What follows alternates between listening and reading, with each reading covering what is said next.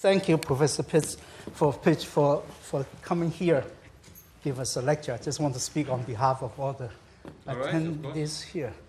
It's from what I heard, it's just marvelous lectures, and that's sort of expected from you. But still, it's that's why we got you involved to do that. But that's again, I repeat, it takes a lot of effort to put this together.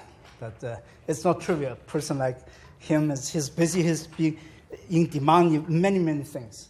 But the important thing, I think we should all learn from the senior people in the community is how they, look at the education and the communication of ideas to the younger generation. We put that as top priority, and I'm sure that's how Professor Pitts feels like it, and he puts in the time. And we hope that not only you learn the thing, the knowledge, but also learn how we look at things, how we value, the prioritization of the things, okay? The passing out of the knowledge. So we thank you very much, Professor Pitts, for coming here. Okay. So let's... All right. Good, thanks for the nice words, Ed. So let's get back to work.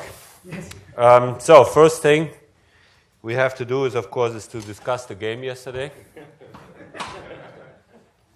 Very good. I'm glad this time I was on time. You see, it makes a difference.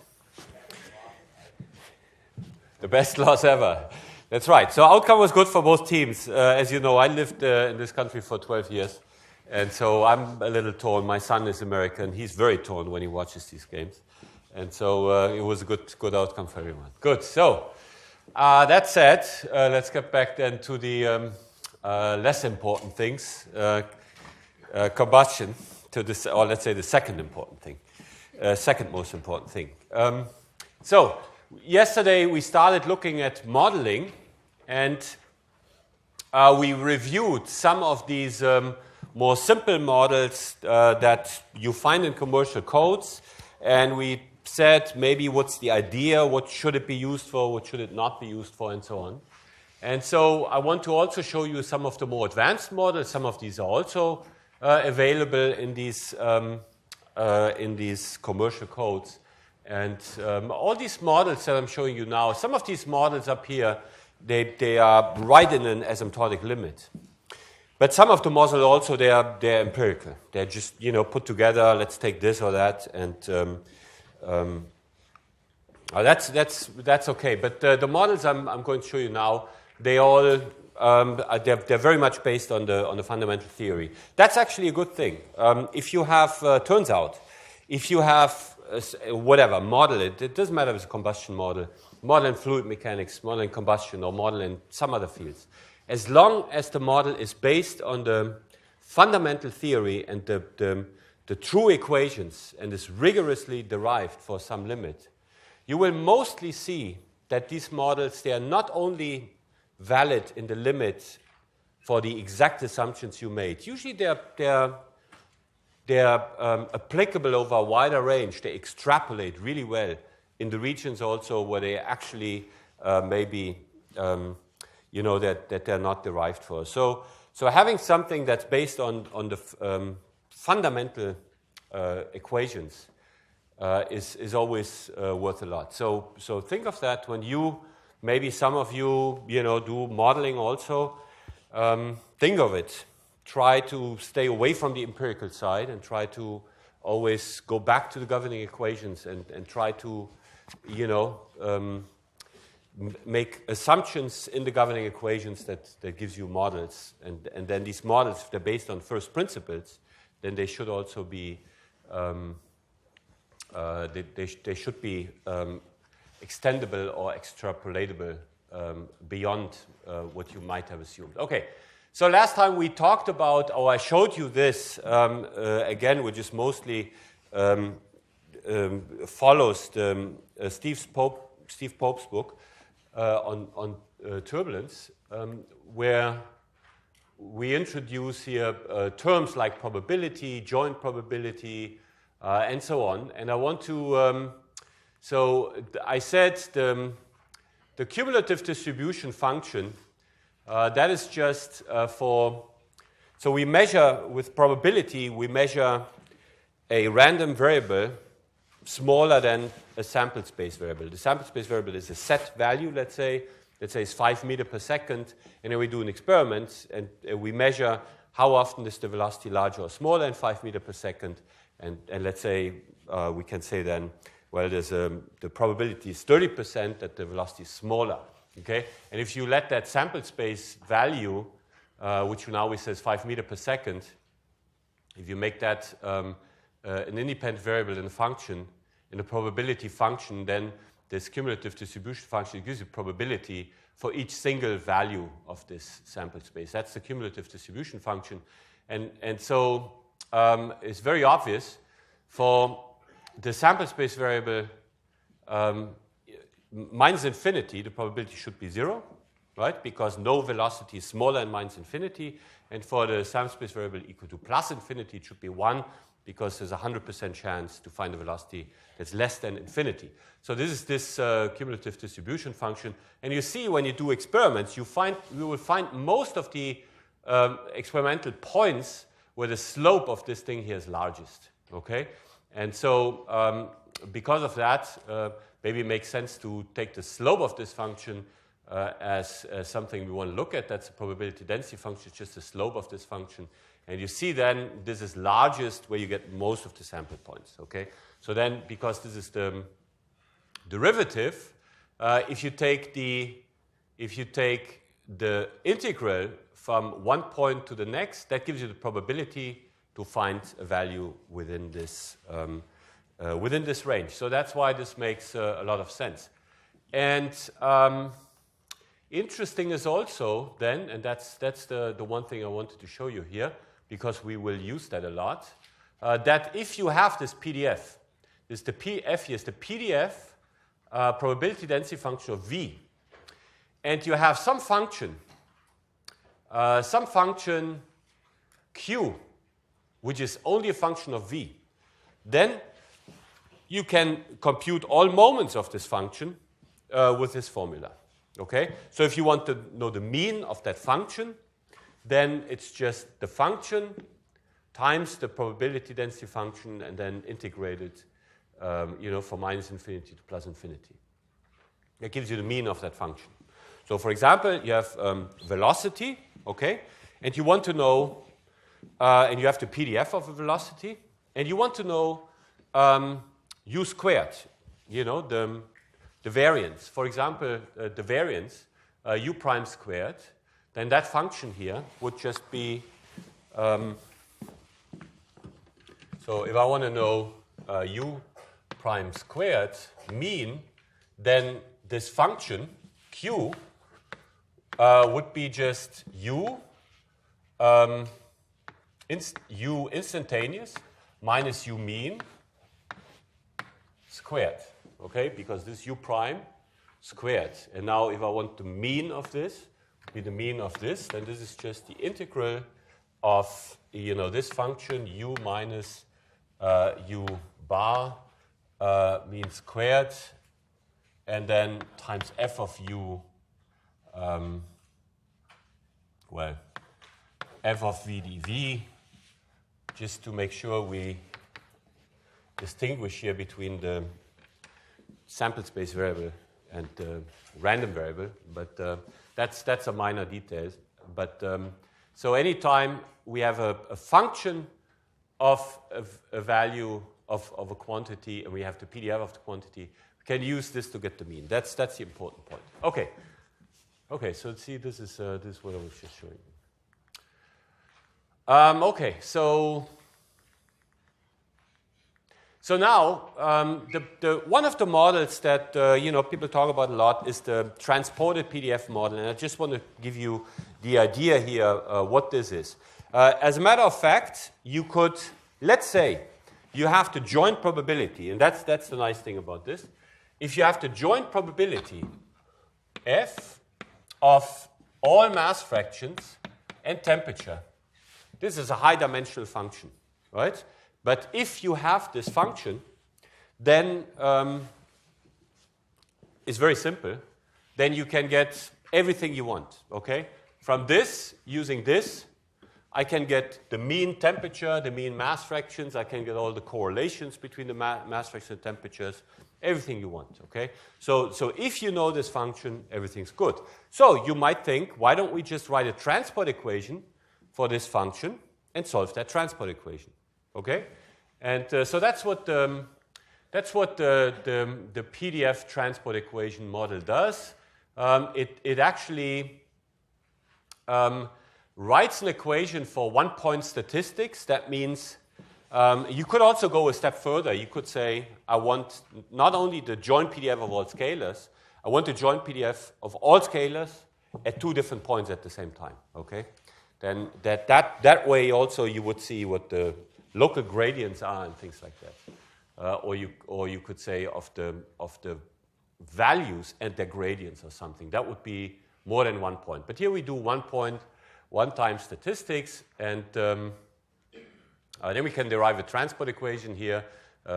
Steve Pope was the pioneer developing this method, wrote several papers, also review papers on this, and there are some earlier versions here of this method also. But anyway, so this would be the equation here.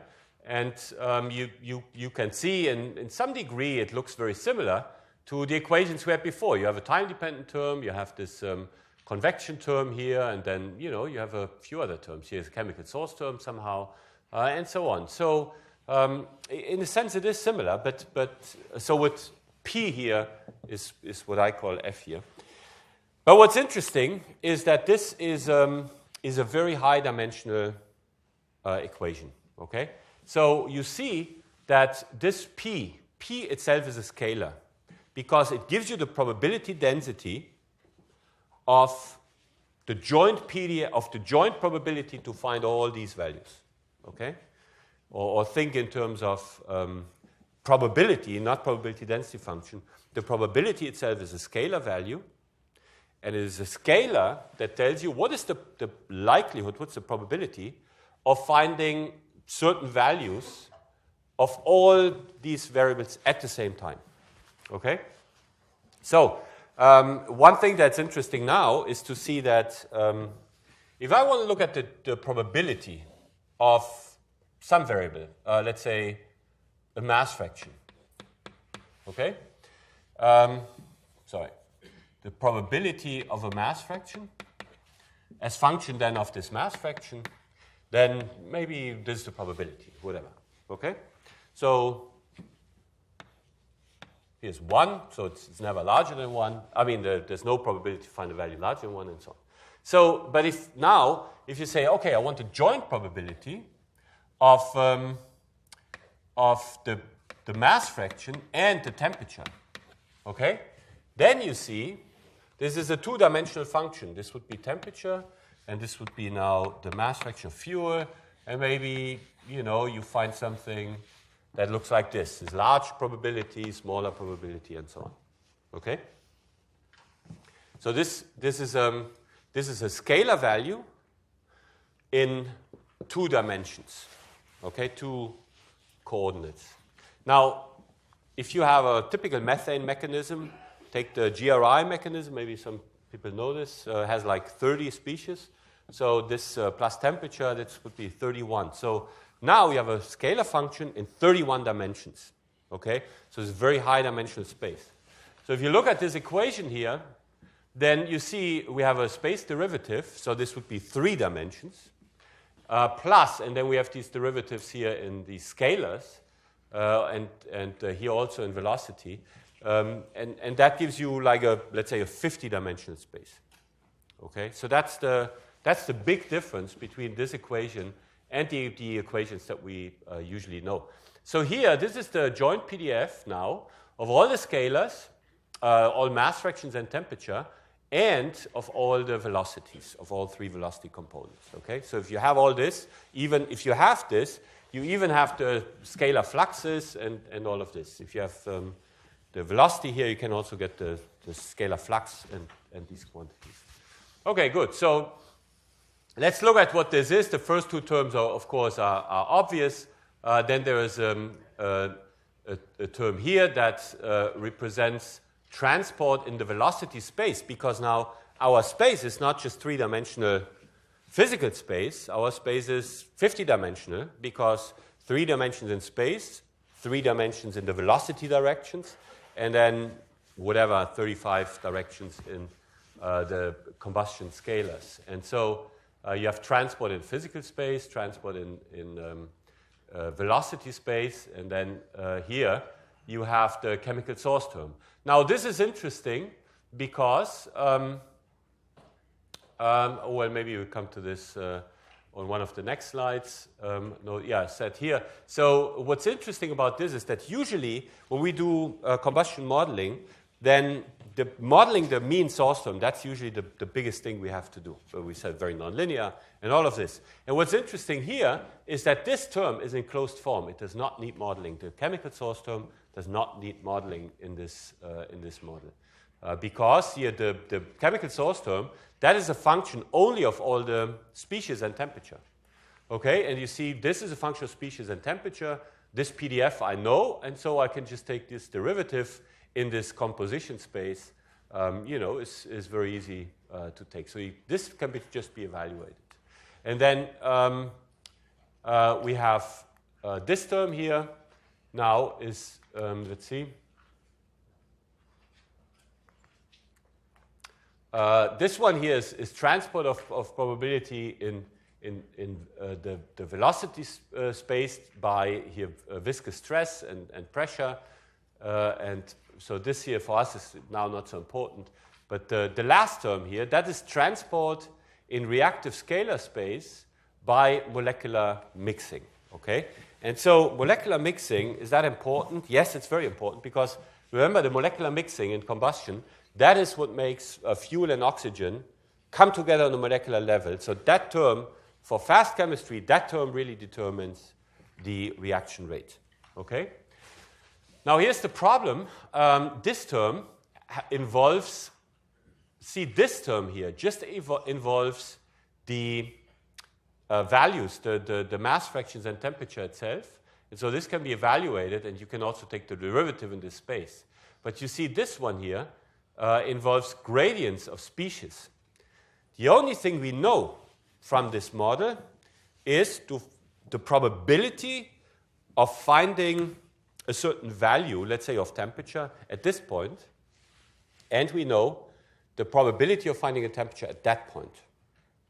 We don't know what the joint probability is of finding a temperature like this at this point and like that on that point, which we would need to evaluate the local gradient. The gradient can only be determined if I have the joint statistics of 2 points. If I have just probability of finding a certain value here and probability of finding another value here, I don't know what the likelihood is, to find two certain values at the same time. So that's why this term here needs modeling. And now this is the main modeling challenge for combustion. This is the main modeling challenge for this model. Okay, so there's a lot of text here. Maybe we'll skip over this. So there are different models that have been proposed for this. They're not listed here. The simplest is what's called mixing by interaction with the mean. And all these mixing models, the terms that model this term, they are only, or they are formulated in the framework of the numerical solution. Okay, so let's first look at the numerical solution of this equation, and then maybe we talk about the mixing models for 1 minute. You have an equation now which is three-dimensional in space, so you can discretize this in space. Okay, you take 100 points in each direction, and then you have 100 times 100 is 10,000. Have you million points? Okay. But now the problem is, again, you have also basically coordinates in this so-called state space. And so now you have 50 directions, a 50-dimensional space. You can't discretize this, okay? Because you take even a 5-dimensional space, 4-dimensional space, is hard to discretize. So What's done here then is to use a totally different method that was also here introduced by Pope to solve these equations. That's the so-called Monte Carlo method. And what you do in the Monte Carlo method is well, in a sense, it's this. You can take this PDF transport equation and you can write it as a set of stochastic differential equations, let's say single-point stochastic differential equations, and then these are solved by introducing the concept of notional particles. So what you do is you have a particle, and that particle has all the properties of the flow. A particle is not a real particle. It's called a notional particle because it's just a thought-of particle. It has no mass or so. So you say you have a particle here, and that particle has these mass fractions, this temperature, this velocity, and all of this. And then, you evolve the particles according to these stochastic differential equations. Here, for example, this is the position of the particle is equal to u times dt. That makes sense, plus a diffusion term here, or this is a diffusion term. dw here, this is a random walk term that considers diffusion. So what you do then is you solve millions of these individual particles, you let them go with this equation through space, and then integrating this equation here, for example, this is the mass fractions, they are equal to the source term dt, or a change in the, or integrate this, then you have the change in the mass fractions is the source terms times, or integrated over time. That makes sense. And then this here is the mixing. I'll talk about this in a minute. But so you evolve these over time, and then when you want to know the PDF at one point, you take that point, you take a little volume around that point, and now hopefully you have 1 million particles in that volume around that point, and then you just, from all these particles, you build a PDF, okay? You do a binning process, let's say, and you build a PDF, and that gives you the probability density function. So that's how the solution of this works. And that's beautiful, because you can imagine if you have infinitely fast reaction, then in that 50-dimensional space, all particles, they must evolve along one line. Forget about the velocities. But just in the composition space, mass fraction and temperature, because for a certain mixture fraction, which is the coordinate along this line, for a certain mixture fraction, there's only one solution. There's no ambiguity anymore in the solution. So in this 50-dimensional space, you walk along a single trajectory. And so you don't need so many particles. You don't need to resolve this 50-dimensional space. You only need to know, you need to resolve what's truly happening using this Monte Carlo method. Okay, so that's why this works. You kind of reduce this 50-dimensional space with this particle method, which then has particle only in a smaller dimensional space within this 50-dimensional space. So, right. So that's how you solve this, and it's fairly expensive to do this. Because of mostly this equation, let's say you have 50 chemical species, you need to solve this, for these millions of particles you might have.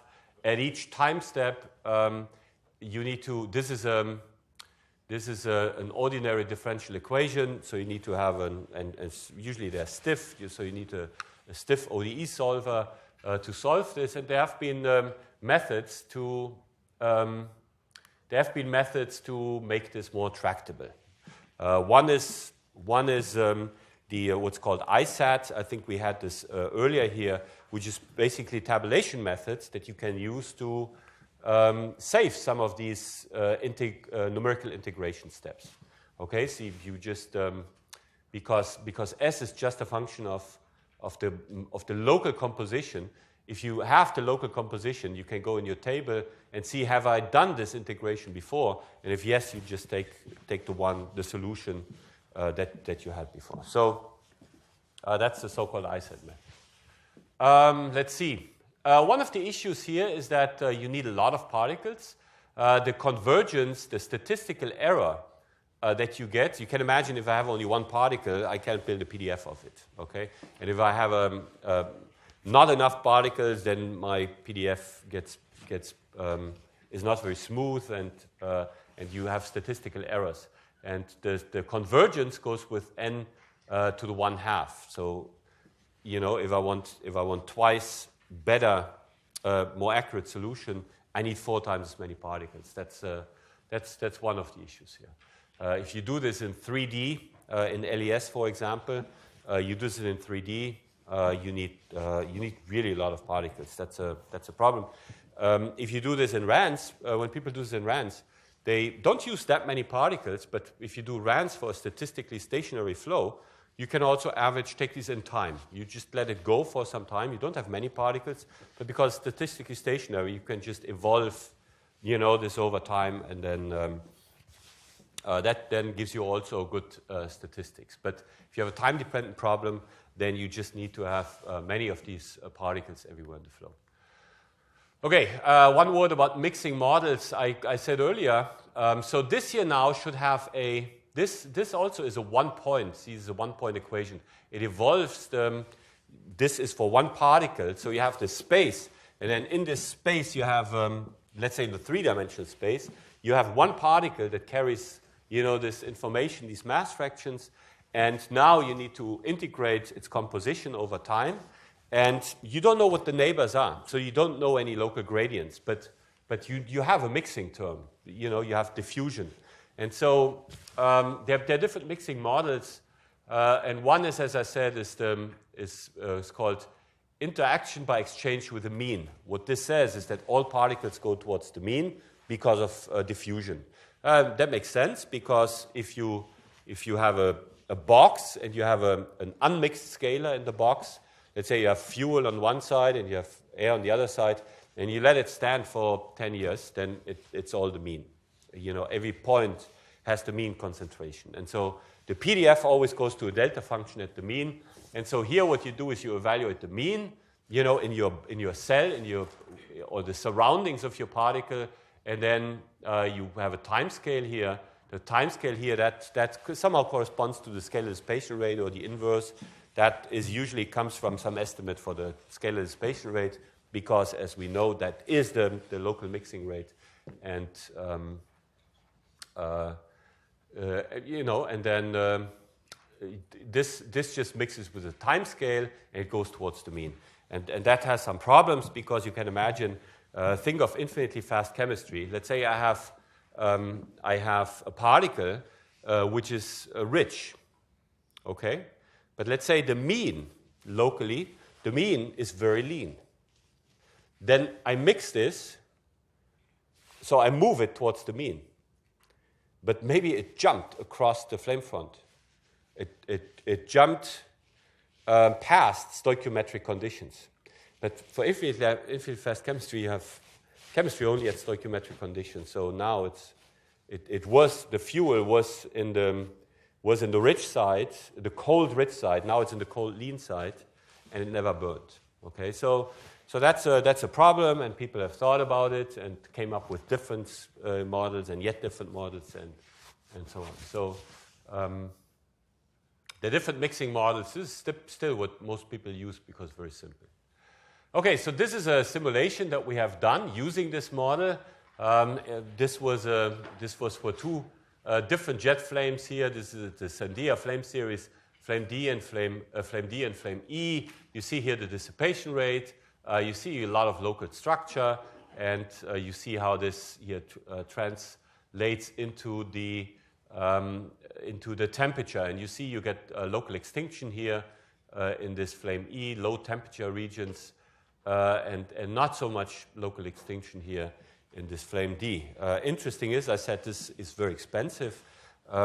This was at the time when NASA got a new computer, Columbia, and the first days they had this computer, nobody was able to use it for some reason. And Venkat Raman, who did these simulations, he did a lot of work to make sure our code runs on that machine. And then we had this at the time, I think, was the fastest supercomputer in the world. Or maybe number 2, but it was right up there. And so we had basically the whole machine for like 2 weeks, because nobody could figure out how to use it, and that's how we did the simulation. So even for jet flame, with detailed chemistry, this is very expensive. But on the other hand, you see this here is conditional data. These are experiments here. The symbols and the lines are from the simulation. You see temperature here for this flame D is not bad. This is close to the nozzle. It's a little more downstream. It's not perfect, but it's not bad either. This is oxygen. This should be the air stream here, and this is the fuel stream. And you see there's some oxygen here in the fuel, and that's okay. And so this, but this should basically oxygen should go to 0 here, and you see it does get very small. But then in this flame E, we have a lot of local extinction. So the oxygen should not go to 0 anymore because it doesn't burn in some regions, and so it's left over. And you see that here with this method, we were able to predict this, and this comes also from having the right models for dissipation rate and so on, which, as I mentioned, is an important quantity for this mixing term. Okay, any questions about this? Yes? So when you have your PDF method, does it only assume Gaussian PDFs, or can you allow for any? It doesn't assume any PDF, because it's computed. The PDF is totally computed, right? Okay, so in a sense, what we did so far was we said, let's first talk about the models that don't even say very much. It should be premixed or non-premixed. Some of these methods up here, these simple methods, we said they're made, actually they're constructed in a way that they should work in both the premixed and the non-premixed regime. If they do or not is a different question, but that's at least the idea behind it. And also this transported PDF model, you saw that is, it didn't say premixed or non-premixed. On the other hand, though, it also doesn't take remember earlier we said the local interaction of the chemistry and the flow, it follows some certain physics. And if we look very closely to the structure of the flame, even in turbulent flames, then we see, there are different regimes. And so this model also doesn't take these regimes into account. So somehow, magically, this mixing model should do all these things. And but you don't specify it, premix or non-premix should do all of these things. So now we'll talk about models for premix combustion, and then afterwards we talk about models for non-premix combustion. So for premix combustion, people have used so-called flamelet models. Flamelet, again, means the chemistry is fast, not infinitely fast, but it's kind of fast. And for premix combustion, this means then the flame is thin compared to some degree compared to the turbulence. And the Bramos-Libby model, that's a nice model because it's, you just see the general idea of how to do this. You see this relatively easily, and most of the models that are used for premix combustion, they're very similar to this. And so the way we start out, we introduce a progress variable. Could be the temperature, could be a product mass fraction, but the progress variable is defined such that it roughly varies between 0 for unburned to 1 in the burned region of the premixed flame. And then we can write a transport equation for this. So imagine this is a temperature. It's easy to write a transport equation for this. And we take the mean transport equation. Then you get two unclosed terms. One is the scalar flux term. The other one is the chemical source term. And we need to see what we do with these. We said earlier, what do we do with the scalar flux term? Yeah, gradient transport assumption. Okay, and the gradient transport assumption, basically what it says is you have a gradient, and the transport, the diffusion, you could say the diffusion process now goes always downhill of the gradient. Okay, the flux always goes downhill of the gradient. Now this is an interesting thing because for premixed flames, if you do experiments, you evaluate this term in certain regimes, what you will find is that the flux goes uphill of the gradient. Okay, that's called counter-gradient diffusion. That is actually interesting because it shows you how, I mean, you would think it's not possible, but it shows you how complicated sometimes the interaction of the chemistry and the flow field is. You know, it just leads to the fact that the scalar flux goes uphill, goes up the gradient. Okay, so the point I want to make just is not so simple for this particular case. Anytime you have chemical reactions, combustion, you always need to think twice if these models are good or not. And what's the difference here? We said for the mixture fraction, we said, you know, we just use gradient transport assumption, and that's pretty good. And here we say we don't. And I said, you know, if you have combustion, you need to worry about, you know, think about twice. For the mixture fraction, we didn't think about it twice. We just said that's what it is. Why did we do this for the mixture fraction and not for this? Yes, so the mixture fraction doesn't have a chemical source term. So it's influenced by combustion, maybe because there's, you know, heat release or whatever. But the heat release changed the density changed the velocity field, and the velocity field then changes mixture fraction. But here, of course, we have a chemical source term right here. And we said earlier, in combustion, very often the chemical source term is not independent of transport at all. They're very strongly coupled, and they influence each other. Okay, so the assumption here of this model is that the chemistry is very fast, and then the flame front is very, very thin. So this model here really is formulated in what we called earlier the corrugated flame regime, where the reaction zone is very thin, and then the smallest eddy, even the Kolmogorov size eddy, is much larger than the entire flame. Okay, so that's how this is formulated here. You have here's burnt, here's unburned, and then you know this burns normal to itself, and then all the fuel conversion happens in a very thin front. So in the flow field, if I evaluate the PDF of C, of the progress variable, you know, I do many measurements, and let's say the flame is very, very thin, then I will get a high probability of finding unburned, and maybe I'll also get a high probability of finding burnt, but there's a very low probability of finding something that's in the flame sheet that is between 0 and 1. Okay? Because the flame is so thin, the volume is basically 0, and so it's a very small likelihood that I do a measurement that's exactly in this volume. So intermediate states between 0 and 1 are very unlikely, and then we can say, okay, if that's the case, then we can model the PDF of the progress variable, we can model it as two delta functions, because you will, when you do these measurements, you will always find unburned or burnt. And so unburned would be C equal to 0, and burned is C equal to 1. So you will find two delta functions. And depending on where you are with respect to the flame, you will find more burnt or more unburned. And that is here in these coefficients, alpha and beta.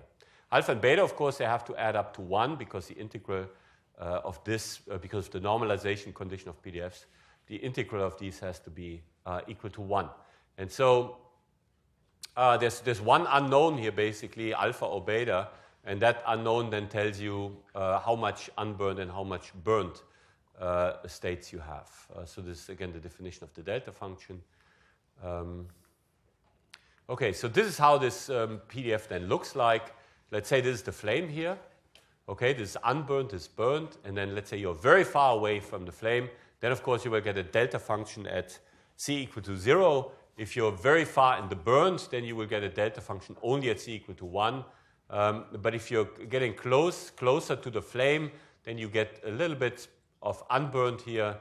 If I start in the burnt region, you know, if I'm sitting here right at the mean flame front, I should get 50-50 burned and unburned, and so on. So that's how this thing looks like.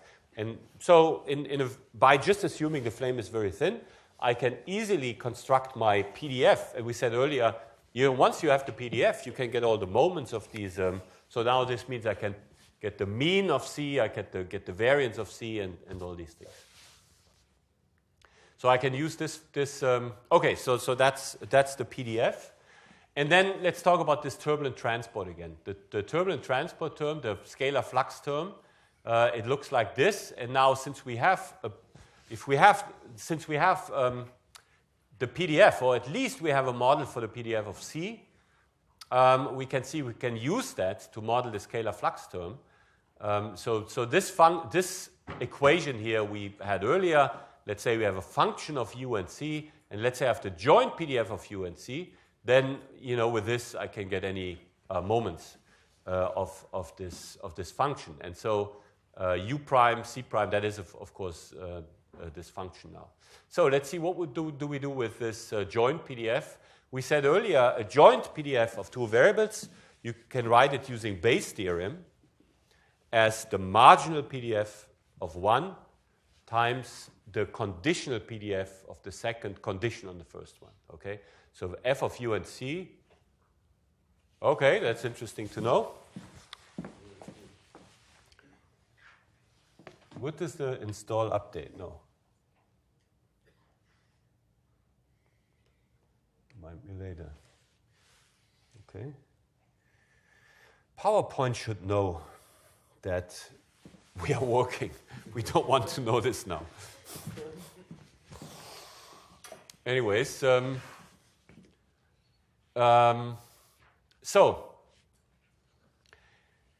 we need this. So f of u and c is equal to f of c times f of u conditioned on c. That's just Bayes' theorem. And f of c we know, and then f of u conditioned on c, that is this conditional PDF here. And so what we do then is you just plug all these things in here, and you get a function here like this. And then if I plug this in, I can just solve it for this. I'm going the wrong way. So then I get, with some assumptions, I get an expression here for the scalar flux. And what you see here is that it looks, it looks different from a gradient transport assumption. And what's interesting then, especially if you look at this c times 1 minus c, c, of course, is it varies between 0 and 1. That's how we defined it. So c times 1 minus c, that is always larger than 0. And then you always have an acceleration of the velocity through the flame, and that means that ub is larger than u unburned, and you see this also larger than 0. So this is always larger than 0. This is larger than 0. So if you look at the gradient transport assumption here, let's say for this case, then the flux here would be negative. This is positive, and with a minus sign, this would be negative. But as a matter of fact, this is positive. So this shows you the counter-gradient diffusion aspect. Okay?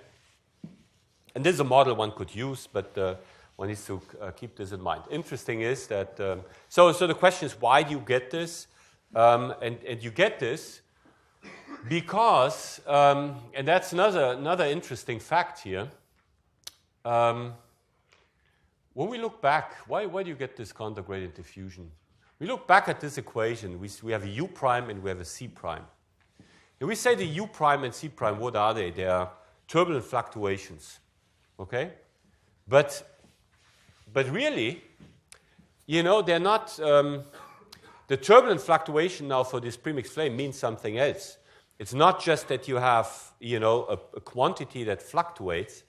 You have that also, but you have the whole flame that, because of the velocity, the fluctuating velocity field, goes like this maybe. So if I do an experiment right here, then sometimes I measure burned and sometimes I measure unburned. So I get this. So this variation from burned to unburned, that's not a turbulent fluctuation. That's just what the flame is. But sometimes I see this part of the flame and sometimes see the other part of the flame. So that, of course, comes in here. For example, the density and also the U and the C, they have huge jumps across the flame front. And so this heat release aspect, that makes the heat release aspect, that makes seemingly this flux or the mass flux go the other way. So, okay, so that would be a model for for the flux, and now we need a model for the chemical source term also. The chemical source term, so the interesting here is that if you would just take the source term and compute the mean source term with this, then it would be 0. Because the source term is only 0 if C is not equal to 0 or 1. If C is 0, there's no source term because very, very small because the temperature is so low. If C is equal to 1, there's no fuel left, right? So you get source term only for values in between, but our model for the PF, it excludes any values in between 0 and 1. Okay, so that's in our assumption, that's the wrong way to close this term. So here we close this term in a different way. Just like we said before, we can say the mass burning rate as function of time is equal to the area times the burning velocity. That gives you a volume per function of time, and then that times the density, that gives you a mass per unit time. Okay? And because this is mass per unit time and volume, that's what the source term is. We take here not the area, but the area per unit volume. Okay, so this here is the area per unit volume, and then so this here gives you then the mass burning rate per unit volume. And so now so that's what we said earlier, and that's easy to understand. The question is, where do we get this from? That's the first question. And then the second question, what's this I0? I0 first, we said earlier SL, so this SL naught, this is just the unstretched laminar burning velocity, but then we said we have stretch effects also and things like that. The turbulence influences also the laminar burning velocity, and that is this I factor, here's a strain factor, that just accounts for the modification of the local burning velocity by the turbulent velocity field. So that is that. How large is that? You have to think about it. You have to come up with there are different models for this, but it's not so easy to model this. And then this one here, there are different ways to find to find closure for this. There are algebraic models. This one here is an algebraic model where you just say this is proportional to C times 1 minus C divided by some crossing length. That's just dimensionally that is right, and it gives you some solution. This Ly, you have to think about what this is, but this would be an algebraic model. Typically, people solve transport equations for this. Transport equation for this, you can derive a transport equation for this. This is a very lengthy, very hard to close transport equation. So here what we do with this basically is like with the epsilon equation, is empirical. You just say I have a time-dependent term, a convection term, and a turbulent transport term, and then I have a production term and a dissipation term, a production term that produces a flame surface, and a dissipation term that takes the flame surface out. And this is, these are just, again, by dimensional arguments. These are closed. So this here is very, very similar to the production term in the epsilon equation. Just instead of in the epsilon equation, you have d epsilon dt, and then here you have epsilon squared by k, and here you have d sigma dt, and so here you have epsilon over k times sigma. I mean, the form is exactly the same, okay? And or the k equation for that matter. And then the dissipation term here, basically the idea is how is flame surface dissipated, or how is it taken out? We said earlier it's taken out by burning. If you have a flame that looks like this and you burn it for a little bit, it will be all flat because all the wrinkles, they will just burn out because the flame propagates normal to itself. And so there should be some burning velocity here. That's kind of the idea. Okay, so you can solve this, and that gives you then the value for sigma. Interesting here in this equation is that this equation really gives you the limit of infinitely fast chemistry. That's a subtle thing. My question to you is, if I make the mixture more lean or more rich, does that equation or does that model, the general model, is that sensitive to this? Would the model see that the mixture is very lean now, for example?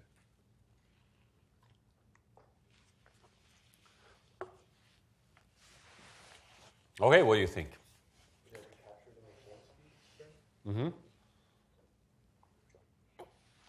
That's actually, let's say, that's the expected right answer now, because you have a flame speed there, so you would think yes, it's captured. But the right answer is no. The model doesn't know anything about the equivalence ratio. Why? Because look, this is the source term. The source term is proportional to SL times sigma. Okay? So let's take this value SL times sigma and call it F, or G, because F we have it already. G, okay? Then if I multiply this equation by SL in every single term, then you see I have SL times sigma, SL times sigma, SL times sigma, SL times sigma, SL squared times sigma squared. So in every single term I have G squared. Okay? So if I solve this equation for G, it doesn't know anything about the burning velocity, and I can just use that G in the other, plug it in here, and I never had to specify the value of the burning velocity. Okay? So the burning velocity appears in two different places, and it just cancels each other out. Okay? So this model doesn't, the way it's written here, this doesn't know anything about equivalence ratio, the chemistry, and so on. So this is really the infinitely fast chemistry limit.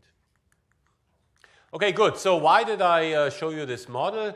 What I wanted you to get out of this is, first, if you have a chemical source term, these equations might do funny things. Okay, that's number one. If this counter gradient diffusion term is modeled like what I showed you here or not, that doesn't matter too much. It's just the point is just to make that it does funny terms. The flame surface density model, that's a model that's very often used in different flavors, but it's all this, but just little different flavors on how this equation here is written, how this I0 is modeled, how what different terms appear in this equation, and all of this. So this is just the basis foundation for all the flame surface density models. Okay. Okay. So the next one then here is the level set model, and I should point out what one of the big issues of this model is, and that's particular to LES. If you just think of RANS, is not a problem. But you think of LES, one of the problems here is that for this now, what do? We solve a model, we solve an equation for a progress variable. Okay? The progress variable in LES now, in LES, if I have let's say I have a jet flame like this, or the turbulent Bunsen flame like this, and now I look at the progress variable along this line. Okay, then how does the progress variable look like? You see here, it's all, so this is instantaneous. Here it's all burned, okay? And here it's all unburned, and here it's all burned, okay? So the turbulent velocity, it kind of looks like this, whatever. But the progress variable, it really looks like this. Okay? Maybe the flame shape is complicated. I get multiple crossings. Then maybe it looks like this. But, very, very similar to this. So the point here, so this is instantaneous. If I filter this now, so let's take the multiple crossing out. If I filter this, it looks like this. Very, very similar. And if my filter is the same as the mesh size, then you see I don't resolve the change from 0 to 1. That's the problem. If the flame is thin in this corrugated flame regime, the filtered front still has a jump. And if you have a jump, you need to do something in numerical algorithms, you need to do something advanced to track the movement of this jump.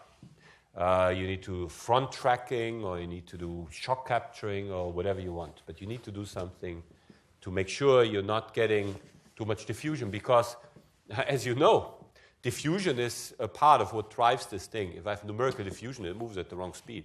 Moves at the wrong speed means my solution is wrong, because the flame speed is exactly what you want. So that's why in LES we use this level set method. The level set method is nothing. It's not a model really. It's just a numerical technique to deal with a jump like this. Because the level set for this, remember, the level set is defined like this. The level set says at the flame front, at the position of the flame front, the level set function is 0, and it is negative in the unburned, and it's positive in the burned, and it can be defined like a distance function. So this would be the level set function. It has no jump across the flame front. It's just smooth. And if you know this, if you know these values, you can say, okay, whenever this is negative, I make it, whenever this is negative, I have the unburned density, and whenever it's positive, I have the burnt density. That's kind of the idea. So let's look at the level set function. Some of these slides we have looked at before, so it's not new. Just repeat it here. This is how we derive the equation. We say we want to have the G function at the flame front. It should be 0. And then dg dt here at the flame front is 0. The change of G at the flame front is 0 because it's supposed to be always a constant.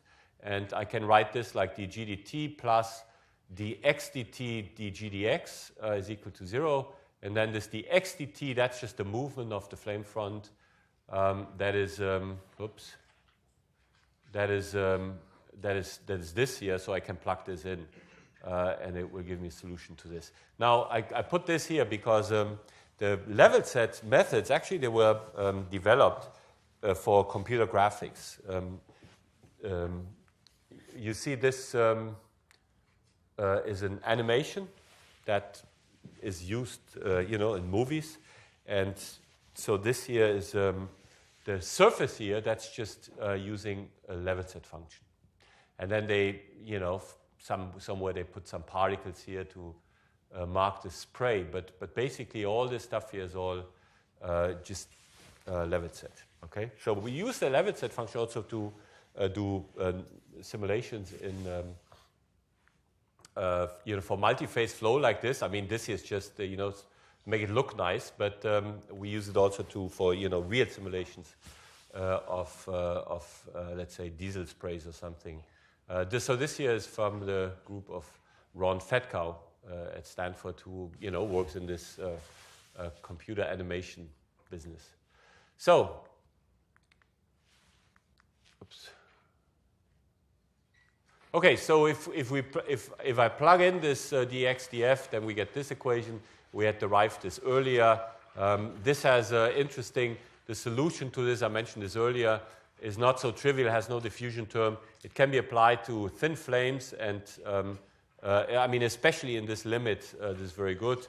And you need a well-defined burning velocity, which means your local extinction or something, and you don't know what the burning velocity is for that, then local extinction, it wouldn't be in that regime anyway. So.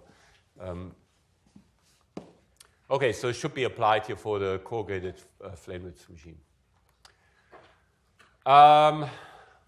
Let's see, what does this say? As I mentioned the last time, this is interesting, because most of the equations we have, they are conservation equations. They're based on some conservation principle. The momentum equation is based on conservation of momentum, temperature equation, conservation, first law of thermodynamics, conservation of energy, momentum equation, and so on. Is all based on conservation principle. This is not based on any conservation principle. It's just kinematic. We just say we have a front, and that moves with a certain speed, and it should be tracked by this function here. And so it has no diffusion term, and so it's a little hard to solve. It's valid. It was derived only for the for the surface. So if you define this as a distance function, then like I did here, then there's nothing in this equation. We didn't put that information in the equation, so it will not preserve that property. So what you do is you solve this for one time step or for several time steps, and then you do what's called a reinitialization, where you solve an equation like this. This here is so basically this g dx equal to 1 means g is equal to x. It's just the distance, gives you the distance from the flame front. So this is the so-called reinitialization, and a numerical method like the so-called fast marching method, and so on, to solve an equation like this. Okay, the burning velocity here, it can be influenced here by strain and curvature, Lewis number effects. You can use this expression here, and we discussed this earlier. There's an expression here also for the Markstein length here. So you can put all this together, and there are fits also for the Markstein length for certain fuels. And you get a G equation or Levitzed equation here. It looks like this, and it also considers the effect of the the modification of the flow on the burning velocity. Okay, so let me just say this here, and then we'll take a break. What's interesting here, we said this is valid now when you have very thin flame, but we said for in the thin reaction zones regime, the turbulence doesn't disturb the inner layer, but it does mix in the preheat region, and you might get something like this, where this is the inner layer, but then the preheat region is broadened, and then you need to have more information than just the than just assuming an infinitely thin flame. So in the thin reaction zones regime, we need to do something else, and so that's what we're going to do then after the break. So let's take a break here.